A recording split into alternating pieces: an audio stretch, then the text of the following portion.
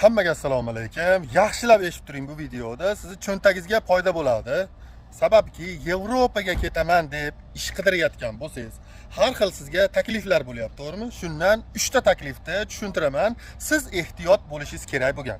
Birinchi taklif, o'zbek odam Telegramda sizga men shartnomalar jo'nataman, hamma yo'q jo'nataman, borib ishlaganingdan keyin pulini to'layverasan, faqat shartnoma uchun 50, 60, 70 pound, ya'ni $100 atrofidagi pulni to'laysan, shu bilan ketasan deyotgan bo'lsa, mutlaqo ishonmang, bu mashinitstvo.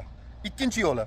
Endi sizga ruskiy говорящийlardan kimdir bittasi aloqaga chiqib, men seni ishga jo'natib yuboraman, Amazon sklad, Nike fabrikasi, shunga o'xshagan joylarga deyotgan bo'lsa, bunga ham ishonmang, jo'nata olmaydi. Sizni aldab pulingizni oladi. Borib pulini beraverasan deb boshini ilashtirib olib, keyin sizdan albatta pul so'raydi. Hushyor bo'ling. Uchinchi variantda seni Gruziya orqali, Tojikiston orqali, Qozog'iston orqali shu yerdan viza olib beraman, undan keyin ishga ketasan deb aytayotgan bo'lsa, bundan ham hushyor bo'ling, aldanib qolasiz. Migratsiya agentligidan tashqari sizni ishga jo'nataman deyotganlar hammasi yolg'on. Menga shunaqa takliflar bo'lyapti. Nima qilay deb kallasi qatib turganlar.